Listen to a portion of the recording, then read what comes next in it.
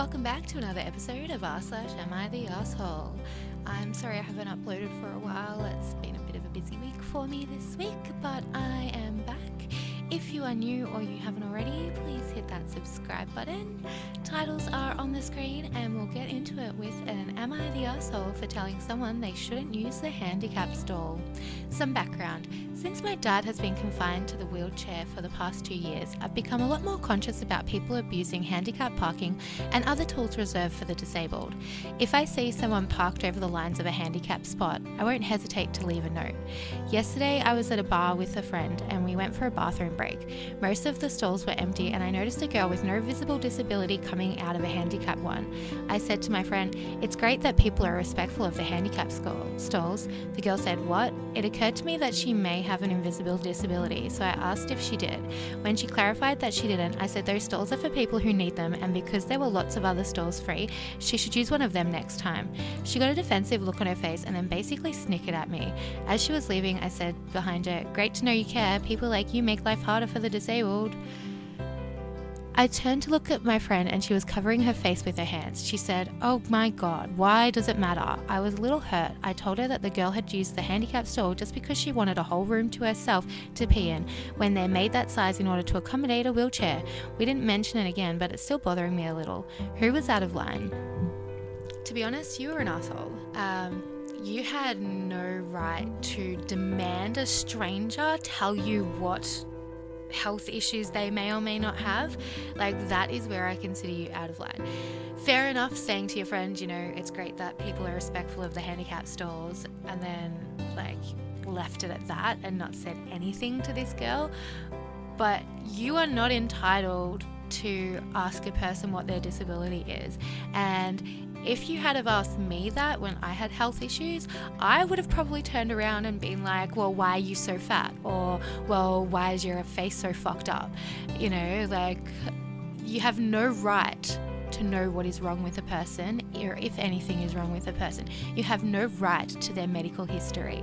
And sure, if she didn't have a disability and she was using the disability stall, that's a bit of a dick move, to be honest. But you are way out of line for harassing someone who is in the bathroom that you don't know. If your friend was using the disability one and you know that she's not disabled, be like, "Dude, you shouldn't do that." Fair enough.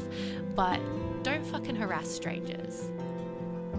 Yes, I can't be fucked censoring myself today, so enjoy. Next one is, am I the asshole for ruining my daughter's graduation?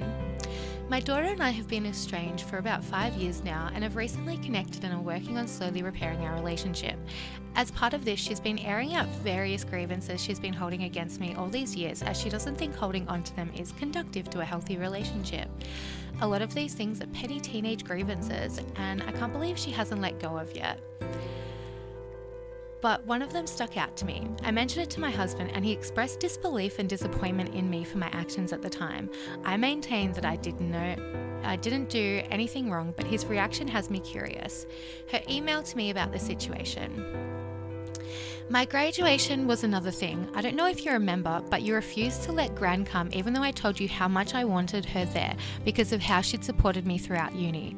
When I told you I invited her, you said you wouldn't come if she was there, so I had to disinvite her by lying about there being a limit on tickets per person. As if that wasn't bad enough, you and Daddy refused to sit with each other, take pictures with me, or even go out for a celebratory meal afterwards. I have one picture from my graduation. One, and it wasn't even the professional one. It was just one my friend took on her phone of me. I don't think you and Dad dealt with your split very well at all in regards to your children, but it really hurt me that you, the both of you, would be so selfish about that. I just wanted one afternoon. For background, I'm estranged to my own mother and have split up with her father. She says it was selfish of me to not allow my mother to attend her graduation or to spend extra time with her father, but I think it was selfish of her to ask that of me. It's bad enough that she continues to keep in contact with her grandmother when I asked her not to. Anyway, I want to know if I really was the asshole here. Editor to add, though I disagree that my feelings weren't even worthy of consideration in this situation, would it not have been best for me to ask for compromise? For example, I would attend the graduation and she could have the celebratory meal with her father and grandmother separately afterwards. But I can see that the overwhelming consensus in that instance is that I was an asshole to my daughter. Fine, I'll apologize again. Wow, holy fuck, I feel sorry for your daughter. My God. To put yourself first on your daughter's graduation from university, holy fuck. The fact that you still couldn't even see that you were in the wrong at all in that until multiple people called you out for being the asshole. And I mean, scrolling through these comments, I can only see you're the asshole as an answer. Like, there is not one, info or nah or anything. Like 100% of the responses are calling you an asshole, and that is what it took for you to finally see that you might be in the wrong, but yet you disagree that why you're in the wrong. So I don't even feel your apology to your daughter would be sincere at all. You're a bitch and I think you suck, basically. Am I the asshole for dating my roommate, then saying she can't have her new significant other over? So a few months back, I, male, entered into a relationship with my roommate, female. We lasted for about a month or two before my roommate broke up with me. A month or two goes by and she starts seeing someone new, and they've been seeing each other for about 5 weeks now. For the most part, she's avoided talking to me about him because we both know that I'm not over her yet. Now, for the last 5 weeks, she has always gone to his place out of respect for me and my feelings, but he lives about an hour and a half away and it's pretty inconvenient, so they only see each other on weekends. She does this because we have talked about how seeing him would hurt me or make me really uncomfortable. However, this arrangement was made with the understanding that I would work on getting over her and eventually be okay with meeting this new guy. She came to me the other night and asked if it's okay with me if he stays over one night next week. I want to say no. Am I the asshole for doing so?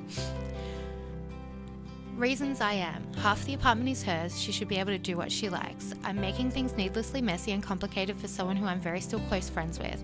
I should be over her by now and I'm not sure why I'm not. I haven't figured out what my feelings for her still are. Reasons I'm not. I'm pretty sure watching them be flirt and be cute together would be pretty difficult to watch. The walls between the rooms are pretty thin and I don't want to have to hear whatever goes on when he sleeps over. A part of me believes that I'm being immature for wanting to say no, that seeing an ex with their new significant other is something we all have to learn to deal with at some point, and I'm just trying to avoid this problem for as long as I can, but not growing as a person as a result. She's still my best friend, even after all the shit we've put ourselves through. I hate how my actions negatively affect her, and I'm deeply afraid that she grows to resent me more and more each time I say no. Even if that's not the case and she doesn't resent me, if we weren't roommates, I would want her to be as happy as possible. And if this new significant other makes her really truly happy, then who am I to keep them apart? Should I offer a compromise where whenever he stays over I sleep on a friend's couch? Should I stop acting like a child about the whole situation and just try to be friends with the significant other? And am I an arsehole because I never want to have him over? Lastly, I'll add that this sub is infamous for siding with OP in relationship related posts, so I'm taking everything that's here with a grain of salt, so to speak. I do think you're an asshole. She has every right to have her partner over, and if you can't handle that being her roommate, maybe you shouldn't be her roommate. And that's likely also the reason why you haven't gotten over her, is because you're still around her all the time, you live with her, you know. I mean, I get it would be hard to watch, but you just have to get over it and, you know, maybe try to meet, you know, even if you're not going to stay the night or you have a backup in case you don't want to stay the night, at least meet him and, you know, introduce yourself and say hi. And if you do feel awkward, then go stay at a friend's place and sleep on their couch or whatever. That would be the best option for you, because if you're going to continue living with this person and do this, it will ruin your friendship.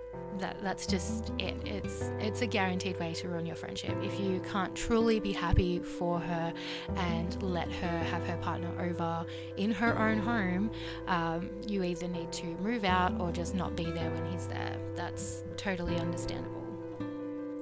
Am I the asshole asking for my husband who had a situation at the grocery store yet again? My husband falls victim to an unfortunate situation every time he ventures out of the house. It is actually a running joke at this point. Tonight, he was hoping to make scallops. He ran to the store excited, but no one was manning the meat counter. He waited, looked around, and at some point went to the front of the store. An employee made a call, and the person responsible for the meat and fish department came. By this point, approximately 15 minutes had elapsed. He was annoyed at having to wait, but asked how much the scallops were. He was told $16 a pound. My husband replied that he wasn't paying $16 a pound for scallops that he had to wait 15 minutes to get. He also lectured the young man about the importance of finding coverage when he's on a break, as the customer shouldn't be punished for coming in near dinner hour during an employee's break. He ended up getting the scallops for $10 a pound. I told him he probably should have contacted the manager, and it's probably their job to staff the store. He actually did that also. The manager, of course, claims it was the worker's responsibility. Now a family debate about whether my husband was an asshole or not. What do you think? Yeah, your husband's an asshole. Oh no, he had to wait 15 minutes. Here's an idea. Don't go to the shops when you're getting ready to cook food. Like, if you're in that much of a hurry, maybe go to the shops the day before or that morning, 15 minutes also isn't that long to wait, really. If there really is nobody there, go to the front and ask. Like, you don't have to wait 10 minutes before you go wait and go up to the front and ask. Just go up and ask for someone. Usually somebody else who's not responsible for that department can come and help you. I've had situations where the deli in a supermarket has been completely empty, and it was a giant deli, and I took a photo of it, and giant deli, no staff. But I went and did the rest of my shopping and came back. There was still no one there, so I went up to a staff member and said, hey, can you get someone to help with the deli? I really just want to get some sliced meat. And what do you know? They're like, oh yeah, no problem. I can help you with that. They stopped what they were doing, and then they served me in the deli. They served a couple of other people, and then they went back to what they were actually meant to be doing, because the person in the deli was on their lunch break. And why do you think you getting scallops is more important than someone getting a break from their work? Which, I don't know where you're from, but here you are legally entitled to breaks if you work 4-hour shifts, 15 minutes after 4 hours, lunch after 6 hours, which is a half an hour unpaid break. Your 15-minute breaks are paid as well. So, I would not come back for you. And the fact that you would demand a discount, that's just, your husband's a cheapskate douchebag. And the last one for today is, am I the arsehole for telling my boyfriend to stop saying racist remarks? Through our relationship, my boyfriend would say his racist jokes, and he would joke about how Asians look like they're sleeping and that they have a small dick. He would also joke that white people look like cocaine and black people are going to rob him. Recently, I got tired of it and told him to stop. He agreed, but then when I was checking his phone, I check his phone without him knowing because I'm scared he might cheat on me. I saw him making the jokes to his friends. I got so pissed I woke him up even though it was 2 a.m. I told him to stop saying that to his friends. He got mad and told me he needed to sleep for his job. That was that. Am I the asshole? Holy fuck yes. Don't get me wrong, your boyfriend's also an asshole. But I think you need to leave each other. You're scared, you don't trust your boyfriend, you're scared he might cheat on you, so you have to check his phone without him knowing. That is a huge breach of privacy, and I do feel sorry for your boyfriend on that part.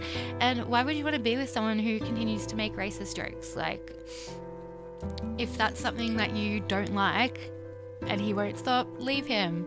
That's not that hard. Anyway, that is it for this episode. I hope you liked it. If you did, please hit that like button. If you are new or you haven't already, please hit that subscribe button, and I will see you whenever I end up fucking posting another one. Bye!